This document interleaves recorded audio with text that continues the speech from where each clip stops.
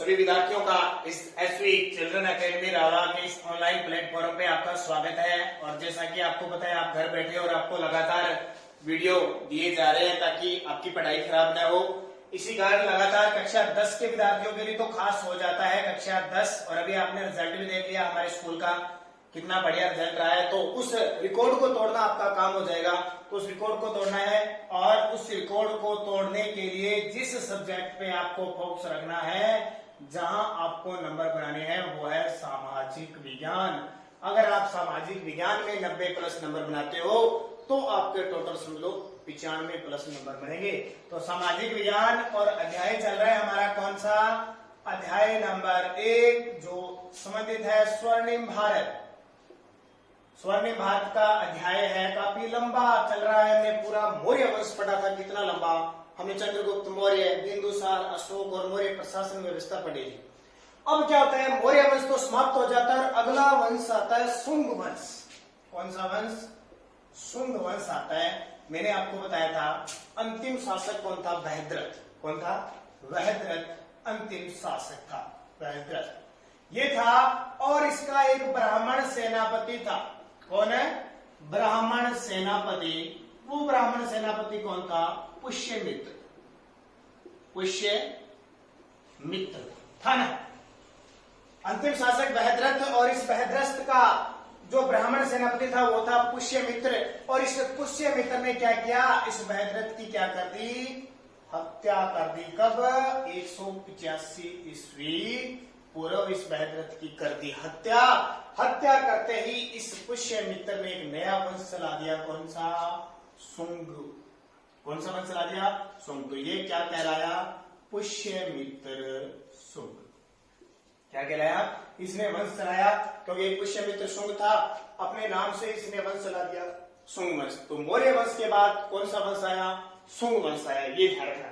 इसके बाद कहानी क्या होती है, ये कब तक राज करता है, क्या क्या इसकी खासियत होती है, देखो। 185 ईस्वी पूर्व में पुष्यमित्र 185 ईस्वी पूर्व में पुष्यमित्र शुंग वंश की स्थापना करता है। ये क्लियर हो गया आपके सामने। शुंग वंश की स्थापना करने के बाद ये क्या करता है, ये 151 ईस्वी पूर्व तक राज करता है। कब तक? 151 ईस्वी पूर्व तक राज करता है। और ये अश्वमेध यज्ञ करवाता है। कौन सा यज्ञ? अश्वमेध यज्ञ। पुष्यमित्र शुंग अश्वमेध यज्ञ करवाता है। अब बहुत सारे विद्यार्थी सोचेंगे कि ये सर अश्वमेध यज्ञ कौन सा हो गया। आपने देखा होगा, रामायण देखिए आपने। रामायण में राम के जो दो पुत्र थे, लव और कुश। राम एक यज्ञ करता है और अपने घोड़े छोड़ता है, और कौन पकड़ लेता है? लव और कुश पकड़ लेते हैं। थोड़ी जानकारी होगी। रामायण देखी आपने? नहीं देखी जो विद्यार्थी जरूर देखना। लव कुश पकड़ लेते हैं और टारगेट क्या होता है? जो इन घोड़ों को पकड़ेगा, अश्वों को पकड़ेगा, उनके साथ युद्ध होगा। या तो कहने का मतलब है यहां से घोड़े छोड़े, और ये घोड़े तब तक स्वतंत्र अवस्था में रहेंगे जब तक इन्हें कोई पकड़ता नहीं है। जब तक स्वतंत्र रहेंगे, राजा सोचेगा मेरा साम्राज्य है। और जिस किसी ने पकड़ लिया तो वहां जो जिसने पकड़ा है उसको इस राजा के साथ युद्ध करना पड़ता था, या फिर राजा उसे स्वेच्छा से घोड़े दे देता था। तो यज्ञ करने के बाद अपने साम्राज्य विस्तार के लिए घोड़ों को छोड़ना कौन सा यज्ञ होता था? अश्वमेध। और इस अश्वमेध, इसका जो राज पुरोहित था वो था, आज आपने स्वामी रामदेव नाम सुना ना, पतंजलि योगपीठ, उसका राज पुरोहित था पतंजलि। योग संबंधित पतंजलि एक बहुत बड़े विद्वान थे, योग विशिष्ट थे, इसी के नाम पे पतंजलि चलता है। तो वो किसके दरबार में थे? पुष्यमित्र शुंग के दरबार में थे। तो ध्यान रखना, इस बात का इंपॉर्टेंट है।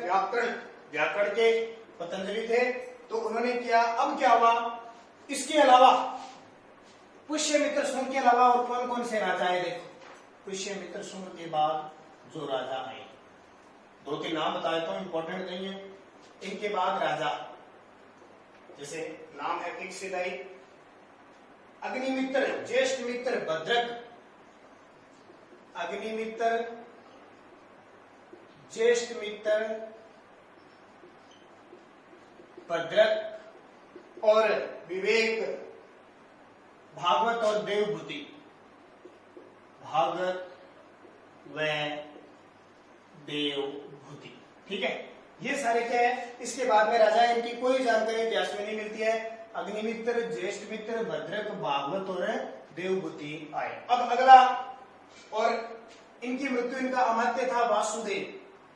वासुदेव ने 73 के आसपास, वासुदेव ने 73 ईस्वी पूर्व में राज सिंहासन किया। ठीक है, ये खत्म हो गया शुंग वंश। शुंग वंश के बाद एक वंश आता है सातवाहन वंश। सातवाहन यानी कहते हैं आंध्र वंश। सातवाहन वंश या आंध्र वंश कहा जाता है, ये आपको पता होना चाहिए। आंध्र प्रदेश में नाम क्या है, सातवाहन वंश या आंध्र वंश। इसका मतलब है ये आंध्र प्रदेश के आसपास थे, और आंध्र प्रदेश में नदी है कृष्णा, एक तो गोदावरी और दूसरी कृष्णा नदी के किनारे थे। कृष्णा और गोदावरी नदी की घाटी में ये वंश बढ़ा था। अब इसके संस्थापक कौन है? सातवाहन वंश का संस्थापक याद रखना सिमुक था। सातवाहन वंश का संस्थापक कौन था? सुमित था, और इसने लगभग 60 ईस्वी पूर्व में सातवाहन वंश की नींव डाली थी। कब? 60 ईस्वी पूर्व में सातवाहन वंश की नींव डाली। ठीक है, किसने? सातवाहन या आंध्र वंश। संस्थापक कौन थे? सिमुक थे। 60 ईस्वी पूर्व में सातवाहन वंश की नींव डाल दी। अब काफी समय तक इस सिमुक ने राज किया, और इसका राजकाल कब तक होता है? 37 ईस्वी पूर्व तक इस सिमुक ने राज किया। इसके बाद में देखो शासक कौन आए, तो सातकर्णी प्रथम ने। इसके बाद में शासक कौन आए? सातकर्णी प्रथम आए शासक। उसने राज्य का विस्तार किया, खूब विस्तार किया, अलग अलग क्षेत्रों में इसने सत्ता को विस्तार किया। अश्वमेध यज्ञ करवाया इसने। ठीक है, वही सातकर्णी प्रथम ने अश्वमेध यज्ञ करवाया। किसने? इस सातकर्णी। और दक्षिण भारत तक, ये हमारा भारत है, इसके यहां तक इसने क्या कर दिया? विस्तार कर लिया। यानी दक्षिण भारत पर भी अधिकार कर लिया। किसने? इस सातकर्णी प्रथम ने। सातकर्णी प्रथम के बाद ध्यान रखना, और इसने अपनी राजधानी किसको बनाई? राजधानी इसने गोदावरी तट पर एक स्थान है, गोदावरी नदी है ना जो, उसके तट पर स्थान या अधिष्ठान, प्रतिष्ठान जिसको कहते हैं, वहां तक इसने इसको राजधानी बनाई। प्रतिष्ठान आंध्र प्रदेश में ये, उसको राजधानी बनाई, जिसे वर्तमान में पैठन कहा जाता है। तो बात हमने क्या की? सातवाहन या आंध्र वंश आंध्र प्रदेश के आसपास, और जो गोदावरी और कृष्णा किनारी है, जो नदी है, उसके तट के आसपास। संस्थापक कौन था? सिमुक था। 60 ईस्वी पूर्व में इसने सातवाहन वंश की क्या डाली? नींव डाली। और कब तक राज किया इसने? 37 ईस्वी पूर्व। ठीक है, मेन बातें बता रहा हूं, बाकी आप किताब में पढ़ना। बाद में जैसे वंश चला, शासक आए, सातकर्णी प्रथम शासक आया, इसने अश्वमेध यज्ञ करवाया था, दक्षिण भारत पर भी विजय प्राप्त की थी, इसने खूब सारा अपना साम्राज्य का विस्तार किया था, और अपनी राजधानी गोदावरी तट पर प्रतिष्ठान नाम से बनाई थी, जो वर्तमान में क्या कहलाती है? पैठन कहलाती है। इसके बाद देखो इस सातवाहन वंश में क्या नई चीज आई, कौन से वंश आए, उनके बारे में पढ़ते हैं। बढ़िया तरीके से अध्ययन करेंगे, क्योंकि इतिहास है, ऐतिहासिक बातें हमें पढ़ना जरूरी हो जाता है। इसके बाद में मृत्यु किसकी हो गई? जो सातकर्णी है, सातकर्णी प्रथम की मृत्यु हो गई। अब इसकी मृत्यु होते ही क्या, शकों ने आक्रमण कर लिया। शक जाति थी एक विदेशी, आगे बढ़ेगी। शक जाति ने आक्रमण कर लिया, और ये जो हमारा जो भारत है, इस क्षेत्र को उसने महाराष्ट्र तक जीत लिया।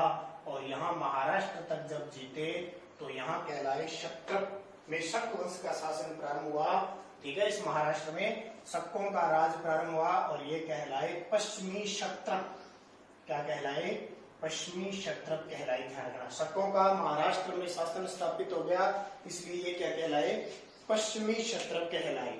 ठीक है, अब ये सातकर्णी की मृत्यु होगी, धीरे धीरे शकों का शासन प्रारंभ हो गया। अब और बहुत शासक आते गए। देखो प्रथम है ना, तो 23वें नंबर का शासक आया।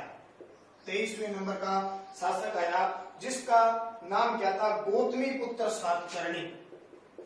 गौतमी पुत्र सातकर्णी, ये शासक है, ठीक है नहीं सब नाम है इन शासकों के। सातकर्णी 23वें सातवाहन वंश की पीढ़ी का 23वां शासक आया गौतमी पुत्र सातकर्णी। जब शासक बना उस समय क्या था, यहाँ पे शकों का राज था। किसका? शकों का राज था। इसने पश्चिमी शकों की शक्ति को नष्ट किया। शक्ति को क्या किया? नष्ट कर दिया। किसने? 23वें गौतमी पुत्र सातकर्णी ने पश्चिमी शकों की शक्ति को इसने क्या कर दिया? नष्ट कर दिया और अपना वंश समृद्धिशाली बढ़ाया। ठीक है, शक्तिशाली साम्राज्य स्थापित कर लिया इसने। किसने? गौतमी पुत्र सातकर्णी ने। गौतमी पुत्र सातकर्णी ने स्थापित की और क्या किया इसने? वशिष्ठी पुत्र पुलवामी वशिष्ठी पुत्र पुलवामी ने उज्जैन मध्य प्रदेश में ध्यान रखना के शक शासक, उज्जैन के शक क्षत्रपों को, शक महाक्षत्रप रुद्रदामन प्रथम, शक रुद्रदामन था, रुद्रदामन प्रथम की पुत्री से शादी करी। से क्या कर ली? शादी करी।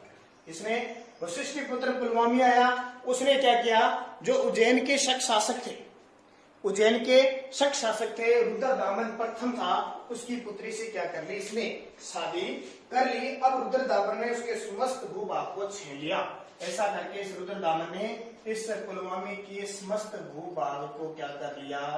जीत लिया, प्रदेश पर कब्जा कर लिया और जो जितने भी शक शासक थे पश्चिमी क्षेत्र के, उनको हरा दिया। ठीक है, इसके बाद में शासक आए सातवाहन वंश के 27वें शासक। सातवाहन वंश के कौन से? 27वें शासक आते हैं और उनका नाम क्या होता है? देखो, 27वें शासक, सातवाहन वंश के 27वें शासक और उनका यज्ञश्री उनका नाम आता है। ब्रैकेट में आ जाता है सातकर्णी। सातकर्णी तो होते ही होते हैं, ध्यान रखना, सारी केवल पीढ़ी चलती है। यज्ञश्री आए और यज्ञश्री ने उज्जैनी के क्षेत्रकों को अपने अधिकार में कर इसने उज्जैनी यानी उज्जैन के जो क्षत्रप थे, क्योंकि क्षत्रप शक थे, उनको हराकर अपने क्षेत्र पर अधिकार कर। ठीक है, किसने? 27वें शासक यज्ञश्री सातकर्णी आए, उसने उज्जैनी के जो क्षत्रप शासक थे उनको हराकर अधिकार के लिए बहुत सारी इसने मुद्राएं भी चलाई। इस यज्ञश्री ने क्या की? बहुत सारी मुद्राएं चलाई। अब अलग अलग मुद्राएं चलाई। केयों पे जलपोत का चिन्ह था। जलपोत का मतलब जो, जैसे मान लो ये सिक्का था इसका, तो इस पे नाव के निशान थे। नाव होती है ना, नाव के निशान थे, ध्यान रखना। जलपोत के भी अंकित मिलते हैं। और सबसे बड़ी बात देखो, सबसे बड़ी बात, सातवाहन वंश की सबसे बड़ी बात अगर याद रखोगे तो क्या करोगे? सातवाहन वंश के जितने भी शासक थे सारे हिंदू थे। सभी शासक क्या थे? सभी शासक हिंदू धर्म के अनुयायी थे। बहुत बड़ी बात है, हिंदू धर्म के अनुयायी थे, ये भी बड़ी बात। दूसरी बात, इन्होंने ब्राह्मणों को भूमि दान में दी थी। भूमि दान में दी थी। दो बातें याद रखना, किस वंश के शासक सभी हिंदू धर्म के लिए थे, सातवाहन के, और इन्होंने ब्राह्मणों को क्या दी थी? भूमि अनुदान थी। बहुत प्रकार के विशेष और बहुत सारे बौद्ध, और देखो हिंदू थे फिर भी बौद्ध और जैन विहार बनाए थे। बौद्ध व जैन विहारों का निर्माण। विहार क्या होते हैं? दो शब्द याद रखना, एक तो चैत्य होता है और एक विहार होता है। दोनों ही बौद्ध धर्म और जैन धर्म में होते हैं, चैत्य और विहार। आपको पता है उन्होंने खूब सारे चैत्य बनाए थे, जैसे कारले का चैत्य मध्य प्रदेश में, और विहार। चैत्य क्या होता है? जहां बौद्ध भिक्षु जैन धर्म के लोग पूजा अर्चना करते हैं, पूजा पाठ करते हैं। देखो चैत्य का मतलब चेतते हैं भगवान को, चैत्य हैं। विहार का मतलब बौद्ध धर्म के भिक्षु निवास करते हैं, निवास स्थान होता है, उसे तो विहार कहते हैं। और चैत्य किसको कहते हैं? जो बौद्ध धर्म और जैन धर्म के पूजा पाठ करते हैं। और विहार है जो निवास करते हैं। तो ये आपका सारा हो गया और ये चैत्य आपको पता है 40 मीटर लंबा और 15 मीटर ऊंचा है। ये जो कार्ले का चैत्य है ना, 40 मीटर तो लंबा है और 15 मीटर ऊंचा है। ये भी ध्यान रखना, 40 मीटर लंबा है और 15 मीटर ऊंचा है। तो ये सारा आपका किसका हो गया? सातवाहन वंश। तो बात समझ में आ गई। सातवाहन वंश की स्थापना 60 ईस्वी पूर्व में शिमुक ने की थी और वो कब तक राज करता है? 37 ईस्वी पूर्व तक। फिर आता है गौतमी पुत्र, ये सॉरी सीधा आता है सातकर्णी प्रथम, जो बहुत सारे क्षेत्रों पर अधिकार कर लेता है और राजधानी प्रतिष्ठान पैठण बनाता है। फिर 23वें शासक आते हैं गौतमी पुत्र सातकर्ण, ये जो महाराष्ट्र के जो क्षत्रप होते हैं उन्हें हरा देता है। और पुलवामी आता है जो रुद्रदामन की पुत्री से शादी करता है और रुद्रदामन उसके क्षेत्र पर अधिकार कर लेता है। फिर 27वें शासक आते हैं यज्ञश्री सातकर्णी, ये उज्जैन के क्षत्रप शासकों को हरा देते हैं और मुद्रा चलाते हैं बहुत सारे, जिसमें एक जलपोत अंकित मिलता है। सभी शासक क्या होते हैं? हिंदू धर्म के न्यायी होते हैं और उन्होंने ब्राह्मणों को भूमि दान देना शुरू किया था। चैत्य और बहुत सारे विहारों का निर्माण किया। कौन से? बौद्ध और जैन धर्म के लिए। हिंदू धर्म अपनाते थे लेकिन जैन धर्म और बौद्ध धर्म के लिए। चैत्य क्या होता है? जहां बौद्ध भिक्षु जैन धर्म की पूजा करते हैं। विहार क्या होते हैं? जहां निवास करते हैं। तो एक अद्भुत उदाहरण है कार्ले का चैत्य, 40 मीटर लंबा और 15 मीटर ऊंचा। ये सातवाहन होंगे। कल हम पढ़ेंगे गुप्त साम्राज्य। ठीक है, इतिहास बहुत बड़ा पाठ है, ऐतिहासिक चीजें हैं, धर्म से सारी बातें चलती जाएंगी और पढ़ते जाएंगे। आप इसको साथ साथ में पढ़े हुए, अगर आपको 90+ नंबर बनाने हैं तो। धन्यवाद।